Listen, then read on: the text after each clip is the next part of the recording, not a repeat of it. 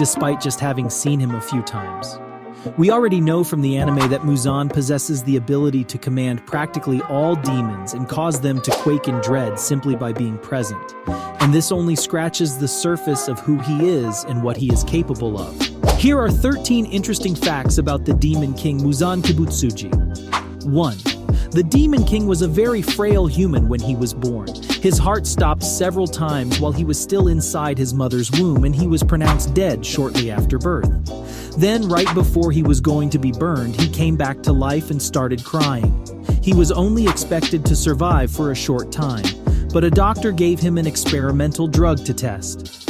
It initially appeared as if it hadn't worked, which infuriated Muzan and caused him to murder his doctor.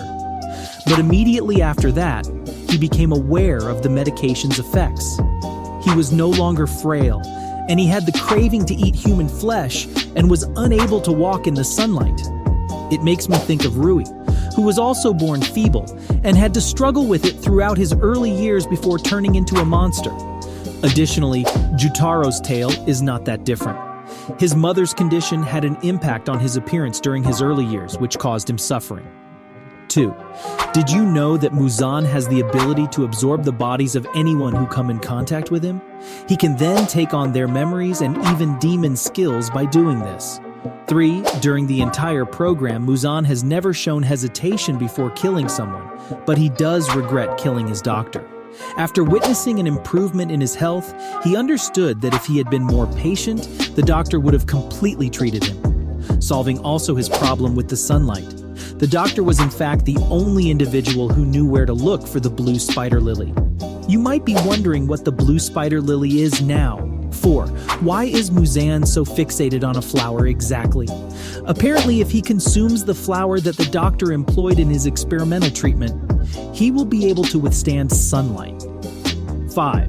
Muzan developed a profound dread of death and illness in his previous existence as a human, which is where he gets his preoccupation with becoming impervious to sunlight from.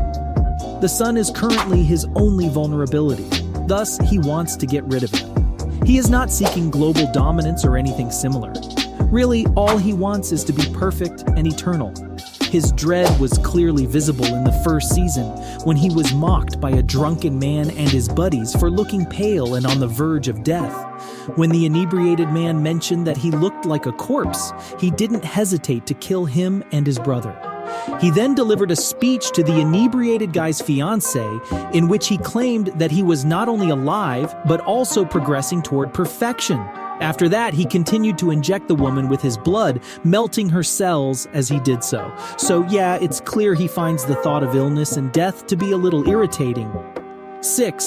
The only person actually capable of transforming a person into a demon is Muzan, and his desire to defeat the sun is really what causes him to transform them. His initial wild guess was to accidentally conjure up a sun-impervious demon that he could devour in order to get the power that would make him effectively immortal. Muzan founded the 12 Kizuki, a group that brought together the greatest demons, second only to Muzan. He assigned these 12 demons to 2 primary tasks: finding the blue spider flower and the destruction of the entire Demon Slayer Corps. Even thought more than a century has passed and none of these have been completed. Therefore, for the time being, they also serve as his obedient servants, carrying out his commands, such as hunting down a 15-year-old wearing earrings. 7. Of course, there are benefits to being a part of this exclusive club. For instance, the amount of Muzan's blood that a person can tolerate in their body directly correlates to how strong and powerful they are, in addition to transforming individuals into demons. This means that, out of all demons, these 12 demons have been able to obtain the most of his blood. Additionally, they can serve as a kind of filter through which Muzan can transform people inadvertently. When Doma met Daki and Gyutaro, he told them he would give them blood so they could become demons, but only if Muzan decided to use them. 8. Muzan has also demonstrated that he occasionally has favorites, and some of them include Kokushibo, Gyutaro, Rui, and Akaza. Since Kokushibo is his strongest demon, Muzan must at least view him as being quite helpful. Since he didn't really see it as a family bond, I suppose he also saw Gyutaro in this pragmatic light, allowing him to share the upper 6 rank with his sister. Rui, And Akaza also succeeded in obtaining privileges that not all demons do. Muzan approved of Akaza's refusal to consume women, and despite Muzan's prohibition against demons gathering together in case they turned on him, Rui was permitted to start his fictitious family. 9. Muzan has appeared to us as everyone from Michael Jackson to a woman to a young child. But did you know that he has the potential to expand to the size of 3 structures? One day you'll find out why or when he does this. Just be patient. 10. Despite the fact that Muzan is dressed like the king of pop, he was born during the Heian era, which spans from roughly 794 to 1185.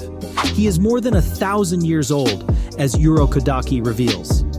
Additionally, Muzan had to have been born at least in the 9th century because the events of the performance took place during the Taisho era, which runs from 1912 to 1926. 11. Do you recall how Tanjiro discovered Muzan in the city, where he was living with his wife and daughter? After killing her husband, he started dating this woman. He thought about claiming to be him at first, but then he thought it would be strange if her husband suddenly wanted to stay out of the sun at all costs. He simply assumed a different identity and became her busy boyfriend who could only spend time with her at night. Although it has been said that he has been married 5 times, this is not his first romance in these 1,000 years.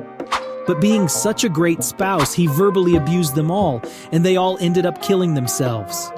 We don't know what happened to the alleged wife and daughter that we saw in the anime, but it wouldn't be shocking if Muzan decided to kill them. 12. Do you realize how similar Kagaya, Ubayashiki, and Muzan appear? This is not a coincidence. They actually come from the same family line. In actuality, this is the reason behind Kagaya's illness. His health issues are actually a curse the family received as a result of being the ones to awaken the first demon. They become weaker as a result of this illness, which also gives their skin a rotten appearance. Additionally, it reduces their life expectancy to the point that the longest lifespan for a male in his family is 30 years. The family has devoted their entire existence to assassinating Muzan because of this. 13. The physique of the Demon King is quite unique. He turns out to have 5 brains and 7 hearts. These are crucial to his outstanding performance. We've already discussed Muzan's ability to alter his size and appearance at command, but when you think about it, this goes much beyond what you could possibly imagine. How many organs can fit inside a body that resembles a human being? We never see all of Muzan's earths and brains in the one picture. I've seen various suggestions, but where do you suppose he stored them? He could definitely be a little kinder to his staff, in my opinion. It's just me, though. How do you feel? If he had finished his therapy, would things have been different? What action would you have taken if you had been Muzan? Let's have a discussion about it in the comments.